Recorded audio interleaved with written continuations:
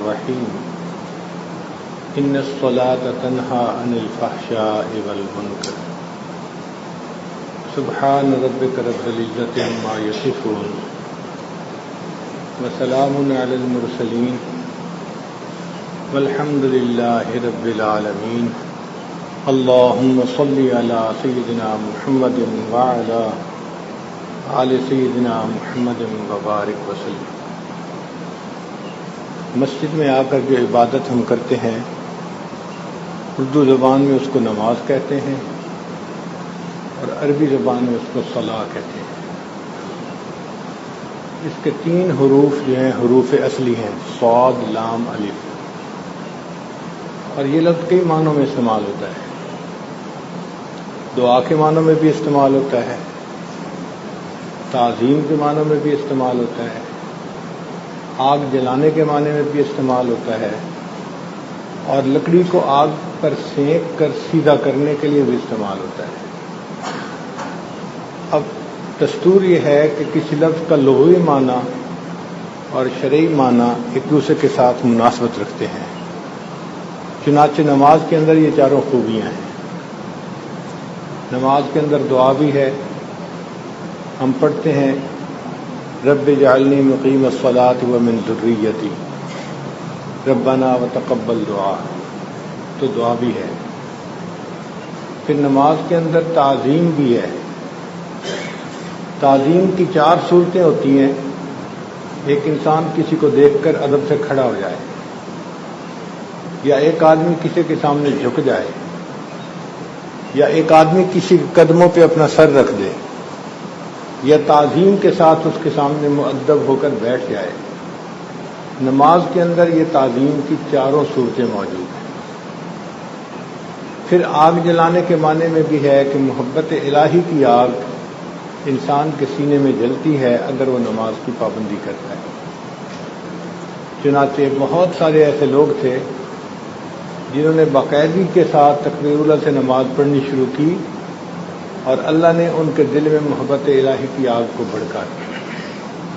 اور چوتھا معنی ہے لکڑی کو آگ پر سینک کر سیدھا کرنا۔ نماز انسان کو اسی طرح سیدھا کر دیتی ہے، وقت کے ساتھ ساتھ اس کے اندر سے برائی ختم ہو جاتی ہے اور وہ نیکی کی طرف آ جاتا ہے۔ حدیث مبارکہ میں ہے کہ نبی علیہ السلام کو بتایا گیا کہ ایک انصاری نوجوان ہے جو آپ کے پیچھے نماز بھی پڑھتا ہے مگر گناہ کا موقع جانے نہیں دیتا۔ تو نبی علیہ السلام نے فرمایا کہ نماز اس بندے کو برائی سے روک دے گی، اور ایسا ہی ہوا کہ کچھ عرصے کے بعد اس آدمی نے تمام گناہ چھوڑ دیے اور نماز نے اس کو نیکی کے اوپر استقامت عطا فرما دی۔ اس کی وجہ کیا ہے کہ انسان نیک بن جاتا ہے؟ کیونکہ ایک دل میں 2 مخالف خیال جگہ نہیں پکڑ سکتے۔ جو مضبوط ہوگا وہ کمزور کو نکال دے گا، جو خواہش نفسانی ہے وہ کمزور ہوتی ہے، اور ایمان دل کا جذبہ ہے یہ مضبوط ہوتا ہے۔ اس لیے جو انسان باقاعدگی سے نماز پڑھتا ہے تو اس کے دل کا ایمان اس کی خواہشات نفسانی کو ختم کر دیتا ہے۔ Survival of the fittest. نماز عرش پر فرض ہوئی، جبریل علیہ الصلوۃ والسلام مکہ مکرمہ حاضر ہوئے اور نبی علیہ الصلوۃ والسلام کو لے کر عشاء کے وقت بیت المقدس گئے۔ یہ جو معراج ہے اس کے 2 حصے بنتے ہیں، ایک حصے کو اسرا کہتے ہیں اور دوسرے کو معراج کہتے ہیں۔ اسرا وہ سفر تھا جو مکہ مکرمہ سے بیت المقدس تک ہوا، اس کے لیے براق سواری لائی گئی، اور اس پر نبی علیہ الصلوۃ والسلام نے سوار ہو کر مکہ مکرمہ سے بیت المقدس کا سفر تھوڑی دیر میں فرما لیا۔ پھر وہاں پر انبیاء کرام موجود تھے تو نبی علیہ السلام نے امامت کروائی۔ اس کے بعد پھر معراج کا سفر شروع ہوا، اس کے لیے ایک دوسری سواری لائی گئی جس کا نام حدیث پاک میں رف ہے۔ نبی علیہ السلام اس پر سوار ہوئے اور معراج ہوا۔ معراج عروج سے ہے، اوپر چڑھنا، جیسے آج کل 100 منزلہ بلڈنگ میں ایلیویٹر لگا ہوتا ہے کہ آدمی اس کے اندر کھڑا ہو جائے، بٹن دبائے تو وہ پہلی منزل سے 100 منزل تک چلا جاتا ہے۔ یہ رف سواری اسی طرح کی تھی کہ جو نبی علیہ الصلوۃ والسلام کو لے کر 7 آسمانوں سے بھی اوپر چلی گئی۔ جب نبی علیہ الصلوۃ والسلام کو اللہ تعالیٰ کا دیدار نصیب ہوا، ملاقات ہوئی، تو یہ قرب کا بہت عجیب لمحہ تھا۔ ثم دنا فتدلی فکان قاب قوسین او ادنی۔ تو اللہ رب العزت نے اپنے پیارے حبیب صلی اللہ علیہ وسلم کو ایک تحفہ عطا فرمایا۔ دنیا کا دستور ہے کہ کوئی معزز مہمان، محبوب مہمان گھر آتا ہے تو اس کو تحفے دے کے بھیجتے ہیں۔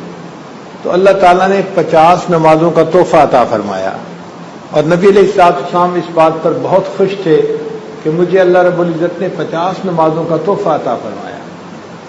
اور آپ صلی اللہ علیہ وسلم پھر نیچے تشریف لائے تو 6 آسمان پر حضرت موسیٰ علیہ السلام سے ملاقات ہوئی۔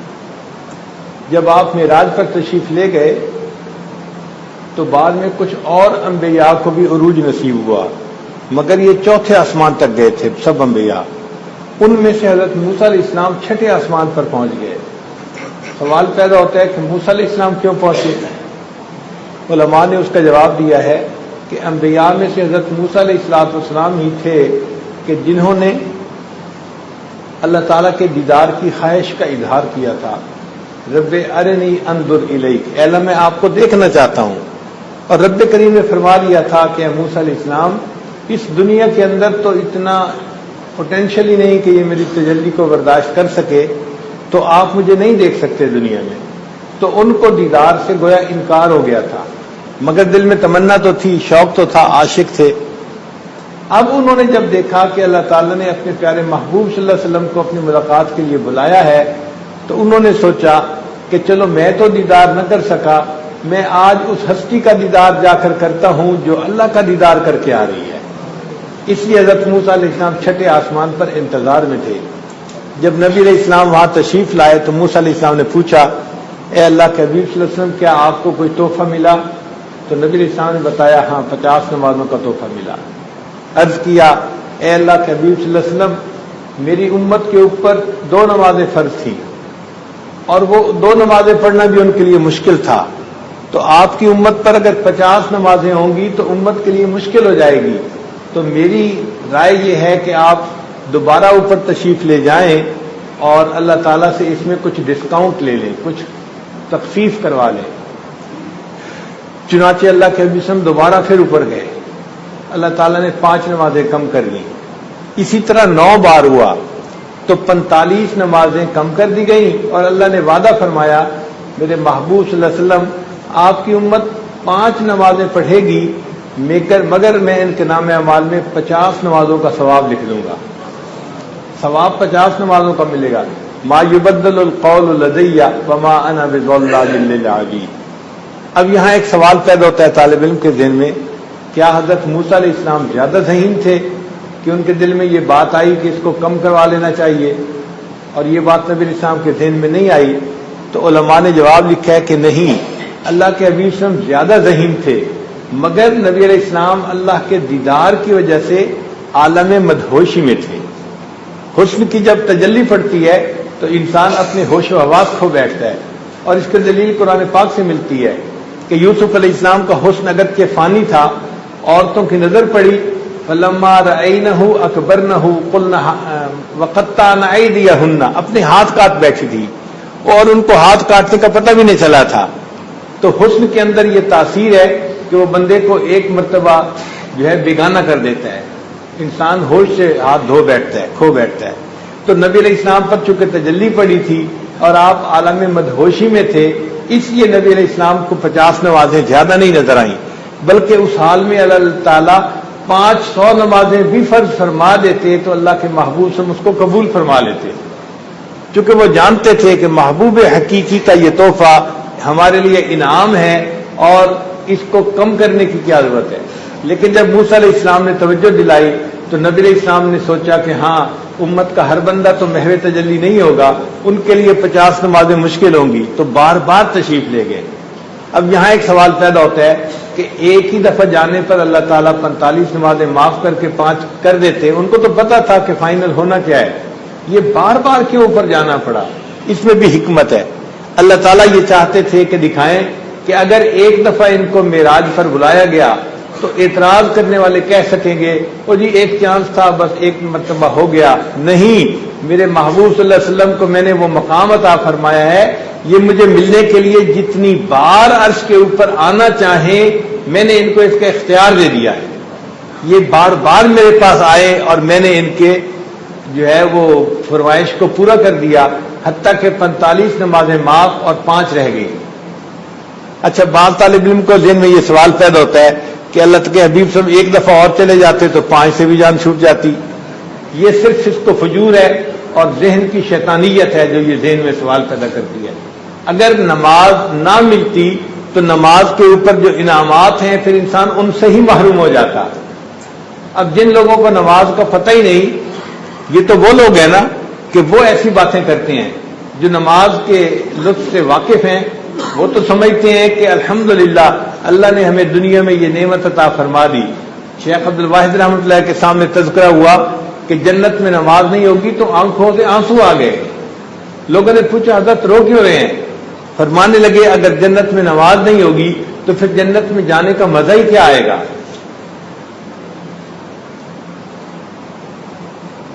امام ربانی مجد الثانی رحمۃ اللہ فرماتے ہیں کہ جو لوگ سماع کے قائل ہیں اور اس کے پیچھے جو ہے بھاگتے ہیں، یہ لوگ نماز کے لطف اور مزے سے واقف ہی نہیں۔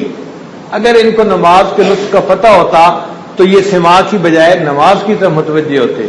اور وہ فرماتے ہیں اگر نماز نہ ہوتی تو محبوب حقیقی کے چہرے سے پردہ کون ہٹاتا اور حسن حقیقی کو کون دیکھ پاتا؟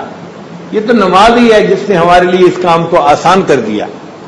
اس لیے ان 5 نمازوں کا نصیب ہو جانا یہ اللہ تعالیٰ کی ہمارے اوپر خصوصی رحمت اور انعام ہے۔ نماز کو حاکم وقت کی بیگار سمجھ کے نہیں پڑھنا چاہیے بلکہ سبب لقائے یار سمجھ کے پڑھنا چاہیے۔ اب ایک سوال ذہن میں پیدا ہوتا ہے کہ آخر 5 نمازیں کیوں کی گئی؟ یہود کے اوپر 2 نمازیں فرض تھیں، 4 ہو جاتی، 6 ہو جاتی، 5 کیوں تھی؟ تو علماء نے اس کا بھی جواب دیا۔ پہلا جواب یہ دیا کہ انسان کے 5 حواس ظاہری ہیں جن کو حواس خمسہ کہتے ہیں، دیکھنا، سننا، سونگنا، چکھنا، ہاتھ لگانا، لمس، تو یہ 5 حواس بنتے ہیں، حواس خمسہ بنتے ہیں۔ تو اللہ تعالیٰ نے 5 نمازیں فرض فرمائی کہ میرے بندو تم 5 نمازیں پڑھو گے تو ہر حواس کی نعمت کا شکر ادا کرنے کا تم کو ثواب نصیب ہو جائے گا۔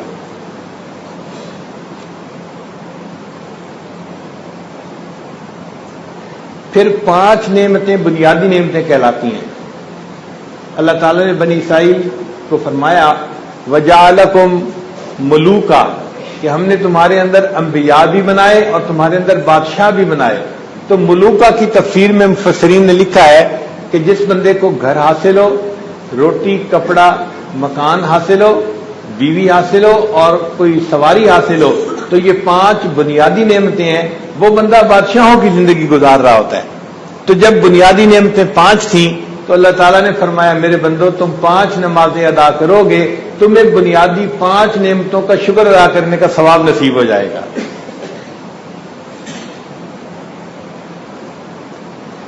بعض علماء نے لکھا کہ 5 بنیادی مصیبتیں ہیں جو ہر بندے پر آنی ہیں، ہر بندہ ان 5 مصیبتوں سے گزر کر رہے گا، نیک ہو یا بد ہو۔ ایک موت کی مصیبت، دوسرا قبر کی مصیبت، تیسرا حشر کی مصیبت، اور چوتھا نامہ اعمال ملنے کی، اعمال تلنے کی مصیبت، وزن اعمال، اور 5واں پل صراط سے گزرنے کی مصیبت۔ تو یہ 5 مصیبتیں ہیں جس میں سے ہر انسان کو بالآخر گزرنا ہی پڑے گا۔ اللہ تعالیٰ نے 5 نمازیں فرض فرما دی، میرا جو بندہ 5 نمازیں پڑھے گا میں اس کے لیے ان 5 مصیبتوں کو آسان فرما دوں گا۔ پھر سوال پیدا ہوتا ہے کہ ان 5 نمازوں کے اوقات میں کیا حکمت ہے؟ ایک نماز ہے جو صبح اندھیرے میں ہی پڑھی جاتی ہے، ابھی سورج نکلا نہیں ہوتا اس سے پہلے پہلے.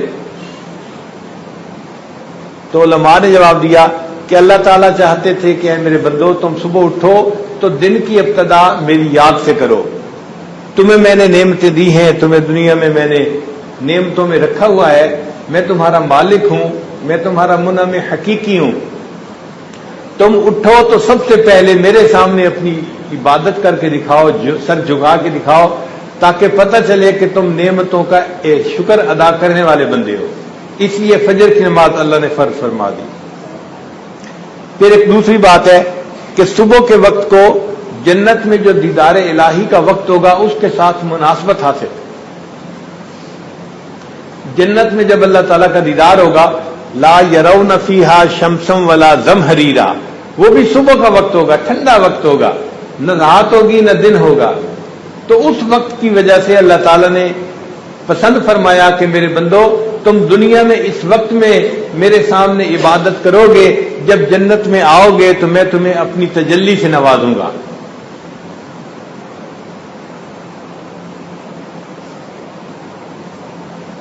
پھر ایک وجہ یہ بھی لکھی ہے کہ حضرت آدم علیہ السلام کو آدھی رات کو زمین پر اتارا گیا تھا جنت سے. تو آدم علیہ السلام تو جنت کے رہنے والے تھے، جب دنیا میں آئے تو تنہائی تھی اور خاموشی تھی اور اندھیرا تھا. اب تنہائی، خاموشی اور اندھیرا آدمی کے اندر وحشت پیدا کر دیتا ہے کہ پتہ نہیں میں کہاں آ گیا ہوں. تو حضرت آدم علیہ السلام جب دنیا میں اترے تو ان کے اوپر ایک خوف تھا، جنت چھوٹنے کا ایک غم بھی تھا، مگر جب دنیا میں آئے تو دنیا کے اس اندھیر خانے کو دیکھ کے ان کے اوپر ایک خوف تھا، پتہ نہیں مجھے کہاں بھیج دیا گیا، یہ اندھیرا ہمیشہ رہے گا، مجھے اس اندھیرے میں ہی رہنا پڑے گا یا کیا ہوگا. مگر جب صبح کے وقت ہوا تو اندھیرا جو تھا چھٹنے لگا اور روشنی ظاہر ہونے لگی. تو حضرت آدم علیہ السلام کے دل میں امید کی کرن پیدا ہو گئی کہ مجھے اندھیرے میں نہیں رکھا جائے گا بلکہ مجھے دن کی روشنی بھی نصیب ہوگی. انہوں نے اس وقت اللہ کے سامنے 2 رکعت شکرانے کے ادا کیے تھے. اللہ تعالیٰ نے اس نماز کو امت محمدیہ کے لیے پسند کر دیا کہ میرے محبوب صلی اللہ علیہ وسلم کی امت آدم علیہ السلام کی پیروی کرے گی اور ان کو میں اپنے شکر گزار بندوں میں شامل فرما لوں گا. پھر ظہر کا وقت کیوں؟ اس لیے کہ ظہر کے وقت سورج ڈھلتا ہے، جب سورج ڈھل جاتا ہے تو نماز پڑھی جاتی ہے. تو اللہ تعالیٰ چاہتے تھے کہ میرے بندے جو میری توحید کا اقرار کرنے والے ہیں وہ ثابت کر دیں کہ ہم ڈھلنے والوں سے اور مرنے والوں کی پوجا نہیں کرتے، بلکہ ہم تو اس پروردگار کی پوجا کرتے ہیں جو ہمیشہ کے لیے ہے، ہمیشہ رہے گا. لا احب العافلین، حضرت ابراہیم علیہ السلام نے کہا تھا میں ڈھلنے والوں سے محبت نہیں کرتا، میں ان کو پسند نہیں کرتا. تو ظہر کی نماز پڑھنے والا بندہ یہ ثابت کر رہا ہوتا ہے اے اللہ میں دنیا کے فانی جو ہے وہ کسی چیز کے سامنے سر نہیں جھکاتا، میں باقی رہنے والے پروردگار کے سامنے سر جھکاتا ہوں. اس لیے سورج ڈھل گیا، مجھے سورج کی پرستش نہیں کرنی، مجھے تو آپ کی عبادت کرنی ہے. تو ظہر کی نماز کو اللہ نے اس کے لیے فرض فرما دیا. پھر اس میں ایک وجہ یہ بھی ہے کہ جہنم کی آگ کو روزانہ دوپہر کے وقت بھڑکایا جاتا ہے. ہوتا ہے نا چولہے میں نئی لکڑی ڈالی جاتی ہے کہ آگ بڑھ جائے، تو جہنم کی آگ میں جو فیول ڈالا جاتا ہے وہ دوپہر کے وقت ڈالا جاتا ہے. تو جس وقت جہنم کی آگ کو بھڑکایا جاتا ہے اللہ تعالیٰ نے اپنے پیارے نبی صلی اللہ علیہ وسلم کی امت کے لیے پسند فرمایا کہ یہ امت اس وقت میں نماز پڑھے، میں ان کو جہنم کی آگ سے نجات عطا فرما دوں گا. پھر عصر کی نماز اس لیے کہ 24 گھنٹے میں 2 مرتبہ فرشتوں کی ڈیوٹی بدلی جاتی ہے، 12 گھنٹے کی ڈیوٹی ہوتی ہے. ایک صبح کے وقت ہوتی ہے اور ایک عصر کے وقت. عصر کے وقت دن کے فرشتے جا رہے ہوتے ہیں اور رات والے فرشتے ڈیوٹی پہ آ رہے ہوتے ہیں. اللہ تعالیٰ نے اس وقت نماز کو پسند فرمایا تاکہ میرے محبوب صلی اللہ علیہ وسلم کی امت پر 2 فرشتے دونوں گواہی دیں. جانے والا بھی گواہی دے کہ میں نے نماز پڑھتے دیکھا اس کو جب میں آیا، اور آنے والی بھی گواہی دے کہ جب ہم گئے تو یہ نماز پڑھ رہا تھا. اس لیے والصلاۃ الوسطی، اس نماز کو اللہ نے پسند فرمایا اس لیے کہ مومن کی اس میں زیادہ جو ہے وہ اکرام ہے. حضرت یونس علیہ السلام کو مچھلی نے عصر کے وقت پیٹ سے نکالا تھا. جب اللہ نے حکم دیا مچھلی کو تو وہ سمندر کی تہ میں تھی، وہ سطح پر آئی اور اس نے آ کر یونس علیہ السلام کو اپنے پیٹ سے نکال دیا۔ تو عصر کا وقت تھا، تو اللہ تعالیٰ نے پسند کیا کہ میرے یونس علیہ السلام عصر کے وقت مچھلی کے پیٹ سے نکلے تھے، میرے محبوب صلی اللہ علیہ وسلم کی امت عصر کی نماز ادا کرے گی، میں ان کو پریشانیوں کی مچھلی کے پیٹ سے نکال دوں گا، عصر کی نماز کے بدلے میں ان کے حالات کو بہتر کر دوں گا اور ان کو پریشانیوں سے نجات عطا کر دوں گا۔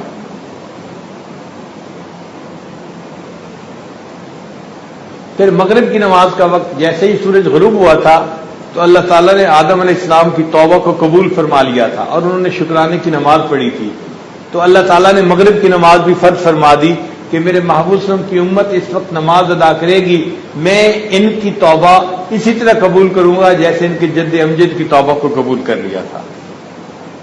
اور اس لیے بھی کہ میرے بندوں نے سارا دن گزارا ہے، اب اس میں نیکیاں بھی کی ہیں مگر کوتاہیاں بھی ہوئی ہیں، تو مغرب کے وقت میں ان کے گناہوں کو معاف کر دوں گا تاکہ یہ جب رات کو سوئیں گے تو بخشے بخشائے آرام کریں گے۔ پھر عشاء کی نماز اس امت کی خصوصیت ہے، پہلے کسی امت کو عشاء کی نماز نہیں ملی، جس کو بھی ملی یا دن کی نمازیں ملی یا مغرب تک کی نماز تھی۔ یہ جو عشاء کی نماز ہے نا، ستارے چھٹکنے کے بعد نماز ادا کرنا، یہ صرف امت محمدیہ صلی اللہ علیہ وسلم کو عطا کی گئی۔ تو اللہ تعالیٰ چاہتے تھے کہ میرے بندے رات کے اندھیرے میں میری عبادت کریں، اس کے بدلے میں ان کو قیامت کے اندھیرے سے نجات عطا کروں گا اور ان کے لیے نور کا بندوبست کر دوں گا۔ اس لیے اللہ تعالیٰ نے عشاء کا وقت اپنی عبادت کے لیے پسند فرما لیا۔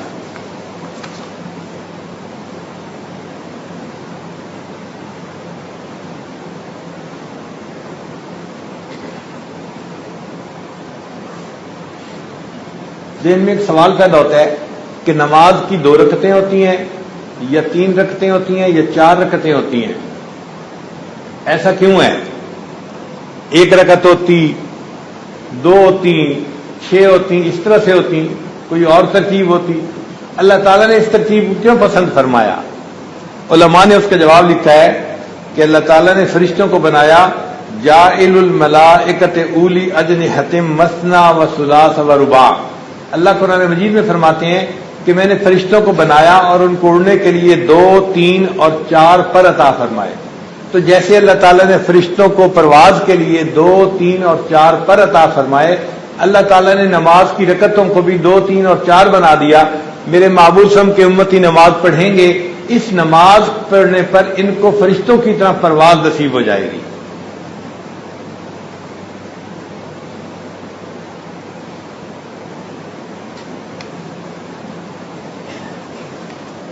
اب سوال پیدا ہوتا ہے کہ 2 قبلے کیوں بنے، ایک ہی قبلہ رہتا؟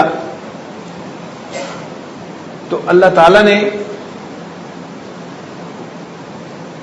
پہلی امتوں کے لیے قبلہ اول کو پسند فرمایا اور امت محمدیہ کے لیے اللہ نے دونوں قبلوں کو پسند فرمایا۔ کچھ عرصہ نبی علیہ السلام نے پہلے قبلے کی طرف نماز پڑھی، پھر اس کے بعد تحویل قبلہ کا حکم آیا اور نبی علیہ السلام نے بیت اللہ کی طرف نماز پڑھنی شروع کر دی۔ ہمیں یہ سعادت دونوں قبلوں کی نصیب ہوئی ہے، دونوں قبلے ہمیں نصیب ہوئے، یوں سمجھیے۔ اب دونوں قبلوں میں بیت اللہ کو کیوں زیادہ پسند کیا گیا؟ اس لیے کہ پہلا قبلہ ایک پیغمبر علیہ السلام نے بنایا تھا، حضرت سلیمان علیہ السلام نے، اور دوسرے قبلے کو 5 پیغمبروں نے بنایا۔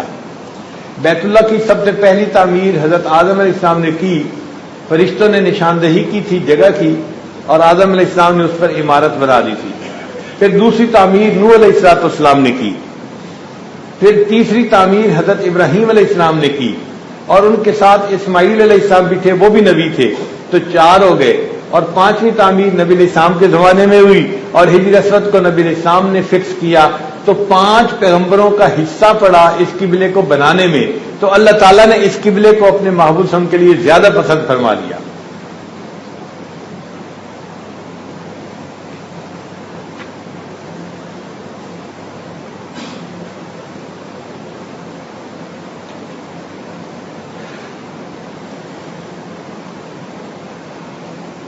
یہ نماز ایک مومن کی طرف سے ہدیہ ہے جو اپنے اللہ کے حضور پیش ہوتا ہے، اس لیے ہمیں چاہیے کہ نماز کو خوب بنا سنوار کے پڑھا کرے۔ دنیا کا دستور ہے کہ جب کسی کو کوئی تحفہ پیش کرتے ہیں تو ذرا اچھے طریقے سے اچھے انداز سے پیش کرتے ہیں. ہم نے تو دیکھا کہ پھلوں کی ٹوکری بھی دینی ہو نا تو گفٹ پیک کر کے بھیجتے ہیں. کیوں؟ کہ محبوب کے ہاتھوں میں یہ ٹوکری پھلوں کی جائے گی مگر گفٹ پیک ہوگی تو اسے اچھا لگے گا. ہم بھی اسی طرح اپنی نمازوں کو خشوع و خضوع کے ساتھ گفٹ پیک کر کے اللہ کے حضور بھیجیں کہ ہمارے پروردگار کے سامنے یہ نماز پیش ہوگی, اللہ تعالیٰ اس کو دیکھ کر خوش ہو جائیں گے. اس لیے جتنا بنا سنوار کے نماز پڑھ سکیں اتنا بہتر ہے. بنا سنوار کے نماز پڑھنے کا کیا مطلب ہے؟ مطلب یہ ہے کہ ہم کھڑے ہو تو سکون کے ساتھ, نگاہیں ادھر ادھر نہ جا رہی ہوں, بلکہ قیام کے وقت سجدے پر نظر ہو, رکوع کے وقت دونوں پاؤں کے انگوٹھوں پہ نظر ہو, اور جب انسان سجدہ کرے تو ناک پہ نظر ہو, اور اتحیات میں بیٹھے تو اپنے دامن پہ نظر ہو, نظر ادھر ادھر نہ ہٹے. جب نماز میں نظر اپنی اپنی جگہ پر رہے گی اور انسان سکون کے ساتھ تعدیل ارکان کرے گا تو یہ خشوع و خضوع کی نماز کہلائے گی, اور دنیا کا خیال دل میں نہ آئے بلکہ نماز ہی کی طرف متوجہ رہے. اگر اللہ تعالیٰ کے دیدار کی کیفیت دل میں ہے کہ میں محبوب کے سامنے ہوں تو یہ سب سے بہتر ہے. نماز کو اللہ نے فرض اس لیے کیا کہ میرے بندو تمہیں میرا دیدار تو جنت میں نصیب ہوگا, لیکن تم دنیا میں اس کی پریکٹس کر سکتے ہو, تو دن میں 5 مرتبہ اس کی مشق کرنا کہ دیدار کیسے نصیب ہوگا. اس لیے جب نمازی نماز کے لیے کھڑا ہوتا ہے, حدیث پاک میں آتا ہے اللہ تعالیٰ اس کے سامنے تجلی فرماتے ہیں, سامنے آتے ہیں. اب یہ مومن اگر دل کی نگاہیں رکھتا ہو, دل کا بینا ہو, نابینا نہ ہو, تو پھر اس کو نماز میں وہ کیفیت حاصل ہوتی ہے کہ جیسے محبوب حقیقی کے سامنے ہے. اور حدیث پاک میں ہے کہ جب تک مومن نماز میں مشغول رہتا ہے, نماز کا سلام پھیرنے کے بعد بھی اللہ تعالیٰ تجلی فرماتے رہتے ہیں, تجلی کو بند نہیں کرتے. ہاں جب مومن ہی ادھر ادھر متوجہ ہو جاتا ہے پھر اللہ تعالیٰ تجلی کو بند فرما دیتے ہیں. تو یہ کتنی بڑی سعادت ہے کہ دنیا میں ہمیں نماز پڑھتے ہوئے گویا اللہ تعالیٰ کی تجلی نصیب ہو رہی ہے. ہم اس کا ذہن کے اندر خیال رکھ کے اللہ کے سامنے کھڑے ہوں. ان تعبد اللہ کأنک تراہ, تم اللہ کی عبادت ایسے کرو کہ جیسے تم اللہ کو دیکھتے ہو. فإن لم تکن تراہ, اور اگر یہ کیفیت تمہیں حاصل نہیں, فإنہ یراک, تو کم از کم اتنی جو ہے کوشش کر لو کہ اللہ ہمیں دیکھ رہے ہیں, ہم اللہ کے سامنے ہیں, ہم اس لیے سکون کے ساتھ نماز ادا کریں. اور جو لوگ دنیا میں جیسی نماز پڑھیں گے, امام ربانی حضرت مجدد ثانی رحمۃ اللہ نے لکھا ہے کہ اللہ تعالیٰ قیامت کے دن ان کو دیدار کی وہی کیفیت عطا فرمائیں گے. ایک آدمی نماز پڑھے گا بغیر وساوس کے, بغیر خیالات کے, تو اللہ تعالیٰ جنت میں اس کو اپنا دیدار عطا فرمائیں گے بغیر کسی پردے کے. اور اگر دنیا کے اندر خیالات اور وساوس ہوں گے تو جنت میں جب دیدار نصیب ہوگا تو اس وقت اللہ تعالیٰ اور اس بندے کے درمیان کچھ نور کے پردے حائل ہو جائیں گے. ایک ہوتا ہے دلہن کو گھونگھٹ سے دیکھنا, ایک ہوتا ہے گھونگھٹ ہٹا کے دیکھنا, دونوں میں زمین آسمان کا فرق ہے. تو اللہ تعالیٰ اس بندے کو اپنا دیدار بغیر پردے کے عطا فرمائیں گے جو دنیا میں بغیر کسی دنیاوی خیال کے نماز ادا کرتا ہوگا. اس لیے نماز کے اوپر محنت کرنی چاہیے تاکہ جنت میں ہمیں دیدار کی اعلیٰ ترین کیفیت نصیب ہو جائے. ہم نماز پڑھتے ہیں ثواب کی خاطر, اور اللہ والے نماز پڑھتے ہیں اللہ کے دیدار کی خاطر. بندگی سے ہمیں تو مطلب ہے, بندگی سے ہمیں تو مطلب ہے, ہم ثواب و عذاب کیا جانے, کس میں کتنا ثواب ملتا ہے, عشق والے حساب کیا جانے. جن کے دل میں اللہ کی محبت ہوتی ہے وہ ثواب پہ نظر نہیں رکھتے, وہ تو اللہ کی اس ملاقات پہ نظر رکھتے ہیں, اسی لیے دل اداس ہو جاتا ہے.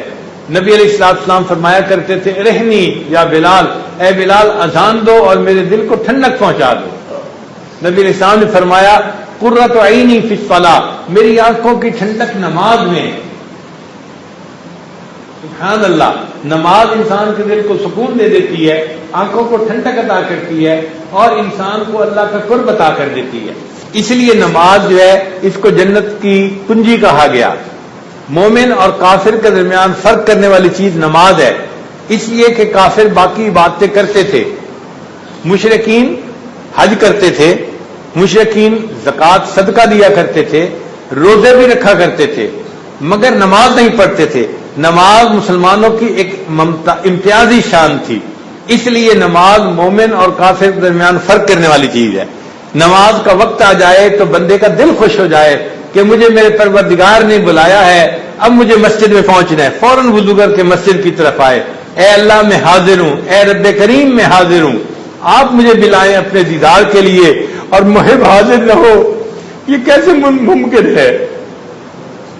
اس لیے فجر کی نماز پڑھے تو ظہر کا انتظار رہے، ظہر کی نماز پڑھے تو مغرب عصر کا انتظار، عصر کی پڑھے تو مغرب کا انتظار، اور مغرب کی پڑھے تو فجر کا انتظار۔ ہر وقت انسان یا تو نماز میں مشغول ہو یا نماز کے انتظار میں مشغول ہو۔ اللہ تعالیٰ کو ایسا بندہ بہت پسند ہے جس کا دل مسجد کے اندر اٹکا ہوا ہو اگرچہ وہ اپنے گھر میں موجود ہو۔ اللہ تعالیٰ قیامت کے دن ایسے لوگوں کو اپنی نعمتوں سے نوازیں گے جو نماز کو اہتمام کے ساتھ پڑھنے والے ہوں گے۔ اس لیے نماز کی وجہ سے مومن کو دنیا میں روحانی معراج نصیب ہو جاتی ہے۔ جب بندہ سجدے میں ہوتا ہے مومن کو اس وقت معراج حاصل ہوتی ہے۔